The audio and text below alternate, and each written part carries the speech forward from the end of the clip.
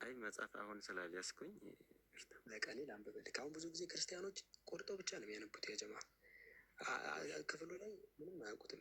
አሁን እሱ ዮሐንስ ወንጌል ምዕራፍ 8 ብሎ ቁጥር 58 ላይ ነው ዘሎ የገባው። ግን ቁጥር 56 ላይ ኢየሱስ ስለምን እያወራ እንደሆነ በደንብ ያብራራል። አውድ ማወቅ አንብብልኝና ከ56 አንስተህ እስከ 58 ማለት ነው አንብብልኝ። በጣም ላይ ከቁጥር 56 ይነሳ ምን አለ መሰላችሁ? ከመነሻው ዮሐንስ ወንጌል ምዕራፍ 8 ላይ እዛው ቁጥር 40 ላይ ካያችሁ ልትገሉኝ ትፈልጋላችሁ፣ አብርሃም እንደዚህ አላደረግም አለ። ኢየሱስ ምን አላቸው? እናንተ እኔ ልትገሉኝ ትፈልጋላችሁ፣ አብርሃም ግን እንደዚህ ግን አያደርግም ነበር እያለ ነገራቸው። ከዛ በኋላ አባታችሁ አብርሃም አለ ቁጥር 56 ላይ ቀኔን ያይ ዘንድ ሐሴት አደረገ አለ። አብርሃም ማንን ለማየት? ቀኔን ለማየት አለ። የማንን ቀን? የኢየሱስን ቀን። እኔን ለማየት አይደለም ሁላ የሚለው። እኔን ለማየት ቢል ተያየን ሊል ይችላል። ኢየሱስ እና አብርሃም ጭራሽ አልተያዩም ከናካቴው። አብርሃም ቀኔን ያይ ዘንድ የማንን? የኢየሱስን ቀን ለማየት ሐሴት አደረገ፣ አየም ደስም አለው። አብርሃም ያየው ማንን ነው? ከአብርሃም ግና ኢየሱስ ተገናኙ ይላል? አልተገናኘም። አብርሃም የኢየሱስን ቀን ለምሳሌ አብርሃም የነቢዩ ሰለላሁ ቀን ለማየት ይፈልግ ይችላል ምናምን አምላክ አሳየው። አገንስት ቴክሲስ ላይ የአንተ ቸርች ፋዘሮች እኮ የተረጋጋ ከቤተክርስቲያን ቸርች ፋዘር እንዳትጋጭ የአንተ ቤተክርስቲያን ቸርች ፋዘር ሲነግር ነው።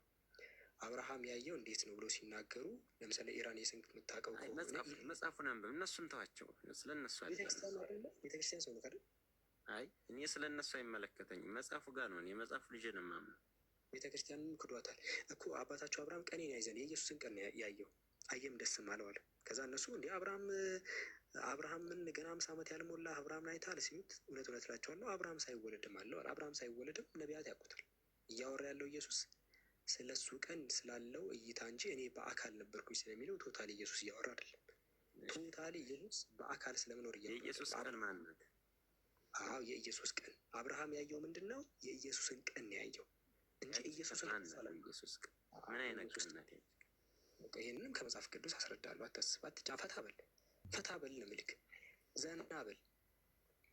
የኢየሱስ ቀን ኢየሱስ ራሱ ተናግሯል። እችን ቀን ሉቃስ ወንጌል ምዕራፍ 17 ላይ ቁጥር 30 ላይ የሰው ልጅ በሚገለጥበት ቀን እንዲሆናል እያለ በዚያም ቀን እያለ ኢየሱስ የሚመጣበትን ቀን እያወራ ያለው።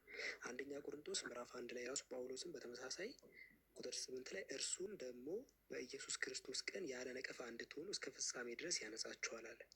ስለዚህ ኢየሱስ የሚገለጥበት ቀን ብሎ ይናገራል። ኢየሱስ የሚገለጥበትን ቀን እንጂ ኢየሱስን ራሱን አላየውም ከናካቴው። ስለዚህ ኢየሱስ በአካል ደረጃ ነበርኩኝም እያለ አይደለም። ነቢያት እኔን አይተውኛል ያቁኛል የሚለውን ነው እያስረዳቸው ያለው። ይሄ እንጂ ኢየሱስ አይደለም። ስለዚህ ምንሽ የኢየሱስ የተገለጠበት ቀን የትኛው ቀን ነው? ከተወለደ በኋላ ነው ወይስ ሳይወለድ ነው የተገለጠ? እኮ ገና የኢየሱስን ቀን አብርሃም አየ። በቃ ሌላ አዲስ ነገር እኮ የለውም። ነቢያት የሆነ ነቢይ የቱን ቀን ያየው? አሁን የኢየሱስን ቀን አየ። የሚገለጥበት ተገልጧል ወይ? መቼ ተገለጠ? ወደፊት ይወጣበትን ጊዜ አይቶታል ተብሏል እኮ። አይቶታል ማለት እኮ ያለፈ አላፊና ወደፊት መጪ ያያል ሳይሆን አይቷል ተባለ። ስለዚህ ይሄ አላፊ ነው። ኦኬ በቃ ያልገባህ ነገር አለ ማለት ነው። እዚህ ጋር አስረዳል። በትክክል አላዳመጥከኝም ነበር ማለት። አባታቸው አብርሃም እኮ ሲጀምር ኢየሱስ ሳይመጣ በፊት የነበረ እንኳን ኢየሱስ ይቅርና እነ ሙሴ ሁላ ሳይመጡ በፊት ነው። ገና ድሮ ነው። ደርዳኛ ገና ድሮ ነው። አብርሃም ኢየሱስን ለማየት ያኔ ተመኘ። ገባ? ምክንያቱም እዚህ ጋር ሐሴት አደረገ ይላል መጽሐፉ። ያኔ ተመኘ። ገባ? አየም ከዛ ደስም አለው ይላል። ኢየሱስን አየው ያኔ ሆኖ ማለት ነው። ኢየሱስን ሳይሆን ያየው የኢየሱስን ቀን አየ። ለዛ ነው እንዳትወዛገብ ነው የቤተክርስቲያን አባቶችን ልጥቀስልህ ወይ ስልህ ለዛ ነው። በዛ ሰዓት የነበሩ እነ ኢራኔስ ለምሳሌ አግኝስት ቴሬሲስ ላይ መጽሐፍ 4 እነሱን ተዋቸው። እነሱ ናቸው ከዚህ መጽሐፍ ያቀብሉ። እነሱ ያቀበሉ ማለትማ እነሱን ተከትለ ሄደ ያቀብሉ አይደለም። አንተም ቤተክርስቲያኒቷ አሁን ዛሬ ያሉት ቤተክርስቲያን ሙሉ ይሄ እንዲህ እነዚህ እኮ ማለት እኮ ያኔ ይሄ ሁለተኛው ክፍለ ዘመን ምናምን የነበሩ ናቸው። አሁን የጠቀስኩልህ እዚህ ሰፈር ላይ ያሉ ቸርች ፋዘሮች እኮ አይደለም የጠቀስኩልህ። ያኔ ድሮ 3ኛው ክፍለ ዘመን ምናምን በጣም የድሮ የጠቀስኩልህ። እነዚህ ማያውቁ ከሆነ መጽሐፍ ቅዱስ ራሱ ምንም ለምን የምንቀበለው ከናካቴ ለምን ትቀበላል? እነዚህ ናቸው ከመጡት በዛ ሰዓት የነበሩትን ጠቀስኩልህ። አሁን ያጀማ እየጠቀስኩለት ያሉት የሆነ ሰሃቦች አካባቢ ዘመን በእነሱ ማለት ነው። በእነሱ የሰሃቦች ዘመን ያለ ሰው ጠቀስኩለት። ምን አገባኝ? ያዩ እነሱን ተው ያልኩበትን ልንገርህ። መጀመሪያ የእነሱ ምንጫቸው መጽሐፍ ቅዱስ ነው። ሐዋርያት ናቸው የእነሱ ምንጫቸው። መጽሐፍ ቅዱስን ይዘው ነው በመጽሐፍ ቅዱስ ላይ ሀሳብ የሰጡት እነሱ። ስለዚህ መጽሐፍ ቅዱስ ላይ ነው እኛ ያን መጽሐፉን ቅዱስን ስንጨርስ ነው ወደ እነሱ የምንወርደው በደረጃ እኮ አነበብኩኝ። እኔ ልክ እኔ እንደፈታውልህ ነው እነሱ የሚፈቱት ነው እያልኩ ያሉት። እኔ የተለየ አፈታት አይደለም የፈታውልህ፣ ተመሳሳይ ነው። እኔ ልክ እንደነገርኩ ነው። እነሱ የእነሱንም አረዳድ ሄደህ ብታነብ ተመሳሳይ ነው ልልህ ነው። ምናልባት እኔ ያታለልኩ እንዳይመስልህ ልልህ ነው እንጂ እነሱ ጋር እኔ አላጠና። እነሱ እኮ በተቃራኒ ቢጽፉ ራሱ እኔ አልቀበልም። ምክንያቱም ጥቅሱ የሚለውን ነው የነገርኩ። ልክ እኔ እንደተረዳሁት ግን ነው እነሱ የተረዱት። ለዛ ተመሳሳይ ነው። እዚያው ሲያስቀምጥ ምን ብሎ ነው የሚናገረው?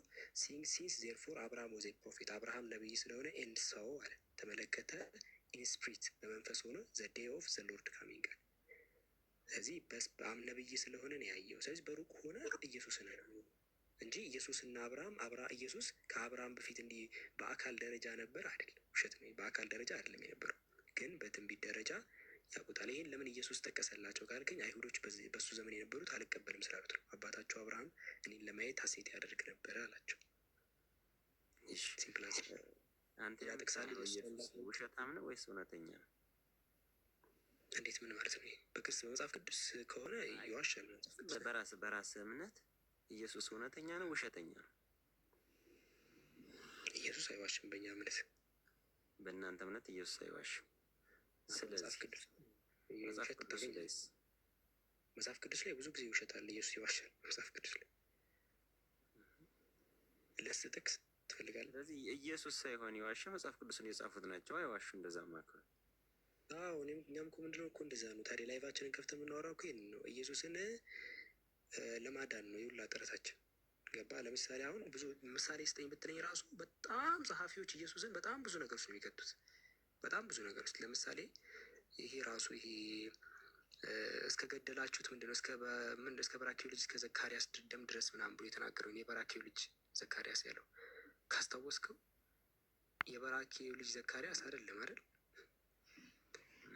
የዮዳሄ ልጅ ዘካርያስ ነው። እሱ ራሱ ተሳስቷል ኢየሱስ። ብዙ ነገር ነው። አሁን ከዛ በጣም ብዙ ነገር ኢየሱስ እንደተናገረ አድርጎ የተጻፉ አሁን የምርሱ ተናግሯቸዋል ካለ በጣም አስቸጋሪ። ለምሳሌ ማቴዎስ ወንጌል ምዕራፍ 23 ቁጥር 35 ላይ ኢየሱስ ነው የሚናገሩ ይልና ከጻድቁ ከአቤል ደም ጀምሮ በቤተ መቅደስና በመሰዊያ መካከል እስከ ገደላችሁት እስከ ባራኪው ልጅ እስከ ዘካርያስ ደም ድረስ ብሎ ተናገረ። አሁን በቤተ መቅደስ ላይ ምናምን እንዲህ በመሰዊያው የገደሉት የባራኪው ልጅ ዘካርያስ ሳይሆን የዮዳሄ ልጅ ዘካርያስ ነው። እና አሁን ይህንን ኢየሱስ ይሳስታል ማለት በጣም አስቸጋሪ ነው የሚለው ይህን ይሳስታል። በነገራችን ላይ የኢትዮጵያ መጽሐፍ ቅዱስ ማህበር ምን ብሎ ይህንን ለማስተካከል ሞክሮ ካልከኝ ፔጅ 224 ላይ የበራኪው ልጋረጅ ምን ይላሉ? ነገሩ ስለ የዮዳሄ ልጅ መወገድ ያስባል። ምናልባት አንድ የድሮ ዘመን ጸሐፊ የአባት ስም ቀይሮ ሊሆን ይችላል ብለው እንደዚህም ማስታወቂያ ይሰጣሉ። ግን ሰንበዲ እያስዋሽበታል ኢየሱስ። በጣም ብዙ ንግግሮች አሉ ኢየሱስ የተናገራቸው ግን ውሸት ይሆን። በቃ ሲሪየስ አሁን የዮዳሄ ልጅ ዘካርያስ ነው እንጂ የበራኪው ልጅ ዘካርያስ አይደለም። የበራኪው ዘካርያስ ሌላ ዘመን ነበር፣ ግን ኢየሱስ እሱን የገደላችሁት ብሎ ተናገረ ተብሏል። ፍጹም ስህተት ነው። በጣም ብዙ ሊጨምርልህ ይችላል። አይ በቃ